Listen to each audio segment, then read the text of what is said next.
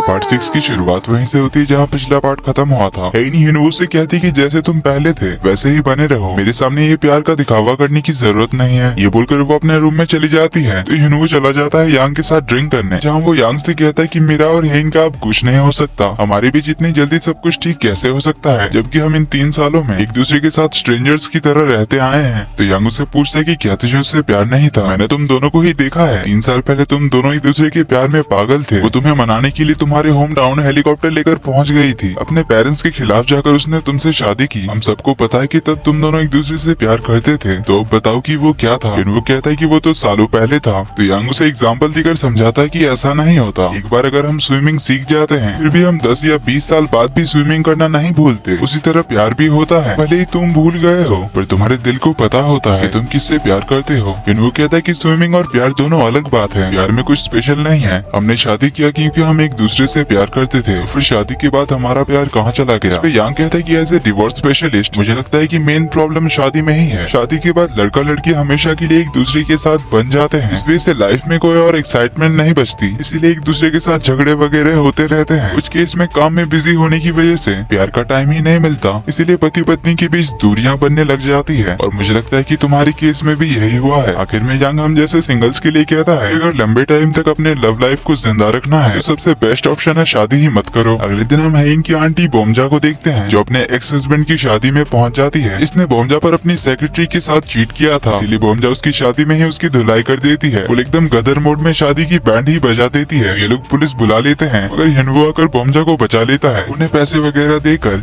Then वो बोमजा से बात करता है और उन्हें ये सब हरकतें करना बंद करने के लिए कहता है। बोमजा भी उसे अपने पिछले 3 फेल्ड मैरिज के बारे में बताती है जहाँ उसके हर हस्बैंड ने उस पर चीट किया था, इसीलिए बोमजा ने उन सभी को डिवोर्स दे दिया। वो ने कहता है कि अगर आप ऐसी हरकतें करती रही तो आपको फिर से जेल जाना पड़ेगा। बोमजा कहती कि फिर बताओ मैं कहाँ जाऊँ? वो बताता है कि ग्रैंडपा चाहते हैं कि आप घर वापस आओ, इवन उन्होंने ही आपको हर बार बचाया है, इसीलिए आपको घर लौट आना चाहिए। तो बोमजा घर चली आती है, ग्रैंडपा उससे बात करने आते हैं। बोमजा तो उनसे अभी भी नाराज थी, स्पेशली उनकी गर्लफ्रेंड की वजह से। बोमजा को अभी भी लगता है कि उसकी मॉम की मौत की जिम्मेदार की गर्लफ्रेंड ही है। ग्रैंडपा उसे बताते हैं कि सियोली को हमारी फैमिली से कुछ नहीं चाहिए, उसने तो पहले ही बताया है ना कि उसे पैसे प्रॉपर्टीज में कोई इंटरेस्ट नहीं है, वो बस मेरी कंपेनियन है। लेकिन बोमजा तो उनकी बात ही नहीं मानती। तो ग्रैंडपा अपने रूम में चले आते हैं जहाँ वो सियोली के साथ गो खेलने बैठते हैं। इसमें सियोली पहले नाटक करती कि उसे गेम खेलना बिल्कुल नहीं आता और आखिर में वो ग्रैंडपा को हरा देती है और उन्हें हराने के लिए एक फेवर मांगती है। ग्रैंडपा कहते हैं कि ठीक है बताओ तुम्हें क्या चाहिए? सियोली कहती कि अभी मैंने कुछ सोचा नहीं है, कुछ चाहिए होगा तो बता दूंगी। अब हमें यहाँ ऐसा दिखाया जाता है सियोली इतनी भी भोली नहीं है, उसके शायद कुछ बुरे इरादे भी हो सकते हैं। इधर हेइन के मॉम डैड गार्डन में टहल रहे होते हैं, अभी मॉम को एक शूटिंग स्टार दिखता है जिसे देख वो बहुत खुश होती है। डैड कहते हैं कि हेइन को जन्म देने से पहले ऐसे ही तुम्हें शूटिंग स्टार का सपना आया था, इससे तुम कितनी ज्यादा खुश हुई थी, इससे तुम्हें लगा था कि हमें बेटी ही होगी, सोचकर तुम कितनी ज्यादा खुश थी। हेइन का नाम आते ही मॉम के चेहरे से स्माइल गायब हो जाती है। ये मुझे ऐसा तो कुछ याद नहीं। डैड हेइन के बारे में कुछ कह रहे थे पर मॉम बिना सुने जाने लगती है, तो डैड उन्हें रोकते हुए कहते हैं हेइन के लिए इतना भी कठोर मत बनो। मॉम कहती है कि मैंने क्या किया? डैड कहते हैं कि कब तक तुम पास्ट में जो हुआ उसके बारे में सोचोगी, तुम्हें सब भुलाकर आगे बढ़ना चाहिए। मॉम कहती है कि तुमने पहले भी यही कहा था, तुम्हारे डैड को कोई प्रॉब्लम नहीं चाहिए थी इसीलिए तुम चुप रहे, पर मैं नहीं भूल सकती, भले ही तुम सब उसे भुला सकते हो पर आज तक ऐसा एक दिन नहीं गुजरा जब मैंने सुवान को याद ना किया हो। तुम सबके लिए उसकी मौत पास्ट होगी पर मैं हर दिन उस दिन को जीती हूँ। सुवान कितने दर्द में थी मैं फील कर सकती थी, इसीलिए उसकी मौत में जिसकी गलती थी मैं उसे कभी माफ तो नहीं कर सकती, इसीलिए मुझसे एक्सपेक्ट मत करना कि मैं सबको इक्वली ट्रीट करूँ। ये बोलकर चली जाती है। वहीं हम देखते हैं दूर से हेइन उनकी बातें सुन रही थी, जो सुन वो काफी दुखी होती है। शायद सुवान की मौत से हेइन भी इन्वॉल्व थी, इसीलिए शायद मॉम हेइन से नाराज है। अब सुवान की मौत की क्या मिस्ट्री है ये तो हमें आगे के एपिसोड्स में ही पता चलेगा। तो हेइन भी काफी सैड होकर घर से बाहर चली जाती है। वहीं हम हिनवू को देखते हैं जो अपने रूम में बैठकर अपने कुछ काम कर रहा था। टाइम देखता है काफी लेट हो चुका था, हेइन अभी तक नहीं आई थी, इसीलिए उसे हेइन की चिंता होती है। वो याद करता है जब उसने डॉक्टर से पूछा था कि हेइन के पास एग्जैक्टली कितने दिन है। डॉक्टर ने उसे बताया था कि हेइन के बचने के चांसेस बहुत कम है, पर कोई मिरेकल भी हो सकता है, क्योंकि इससे पहले भी मैंने ऐसे कई केसेस देखे हैं जिसमें बचने के चांसेस बहुत ही ज्यादा कम होते हैं, वो लोग तक ठीक हो जाते हैं। जो सुन हिनवू हैरान था पर ये खुशी वाली हैरानी नहीं थी। वो डॉक्टर से पूछता है कि ये मिरेकल्स कब होते हैं, आई मीन कितने साल बाद होते हैं। डॉक्टर कहते हैं कि ये तो मैं नहीं बता सकता, और इतना जरूर है कि मिरेकल्स हो भी सकते हैं, इसलिए उम्मीद मत छोड़ना, बस पॉजिटिव रहना और हेइन को भी हमेशा पॉजिटिव सोचने के लिए कहना। कमिंग बैक टू प्रेजेंट, हिनवू हेइन के उस रेयर ब्रेन ट्यूमर के बारे में सर्च करता है। उसे अब्रॉड में ऐसे कई सारे पेशेंट के बारे में पता चलता है जिनको ये बीमारी थी और वो लोग ठीक भी हो चुके हैं। वहीं वो एक पेशेंट का इंटरव्यू पढ़ता है जिसे ये ब्रेन ट्यूमर था।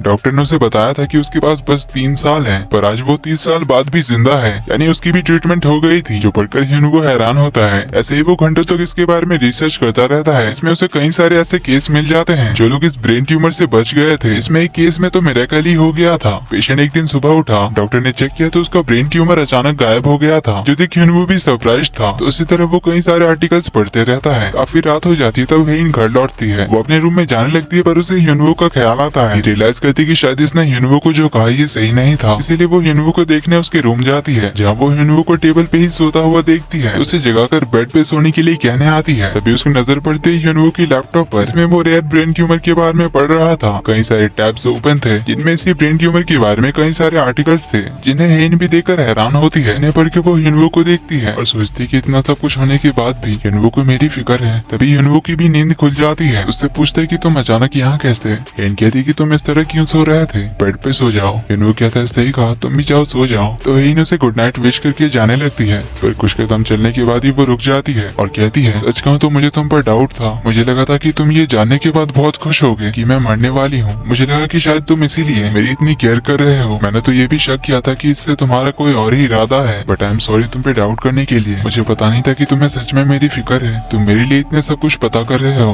वो कहता है कि तुम्हें उम्मीद नहीं छोड़नी चाहिए, क्योंकि ऐसे बहुत से मेडिकल मिरेकल्स होते हैं। जो सुन हेन उसकी ओर आने लगती है। वो तो डर के मारे पीछे जाने लगता है। हेन कहती कि डोंट वरी, चाहे जो हो जाए मैं जीऊंगी, मुझे कुछ नहीं होगा। तुम्हें पता है मैं अब तक बाहर से टफ दिखने की एक्टिंग कर रही थी, पर असलियत में जब से मुझे मेरी बीमारी के बारे में पता चला मैं अभी काफी डर गई। पता नहीं कैसे कैसे ख्याल मेरे दिमाग में आते हैं। क्या सच में मेरे पास सिर्फ 3 महीने हैं? ट्रीटमेंट से मैं ठीक हो भी पाऊंगी या नहीं? क्या मुझे गिव अप कर देना चाहिए? पता नहीं मेरे मरने पे कोई दुखी होगा भी या नहीं? मेरी फैमिली को कोई फर्क पड़ेगा या नहीं? ऐसे हजारों ख्याल मेरे दिमाग में आते हैं, पर सिर्फ तुम हो जो चाहते हो मैं जिंदा रहूं। वो शॉकिंगली कहता है कि मैं, पर फिर कहता है हाँ सही कहा, मैं चाहता हूँ तुम जिंदा रहो। हेन कहती कि मेरे लिए ये टाइम बहुत टफ था, पर तुमने मुझे काफी उम्मीद दी है। मैंने भी इस पे बहुत रिसर्च की है। दूसरे कई देशों में ऐसे बहुत सारे केस हैं और वहाँ के डॉक्टर्स इस पर रिसर्च भी कर रहे हैं। इवन इसके लिए दवाइयाँ भी डेवलप कर रहे हैं। मैंने कई रिसर्च सेंटर में कॉन्टेक्ट किया है। मैं इस रिसर्च करने में उन्हें फाइनेंशियली हेल्प करूंगी, जिससे वो लोग मेडिसिन बना ही लेंगे। इस पर मुझे पूरा भरोसा है। जो सुन वो शॉकिंगली कहता है कि क्या सच में?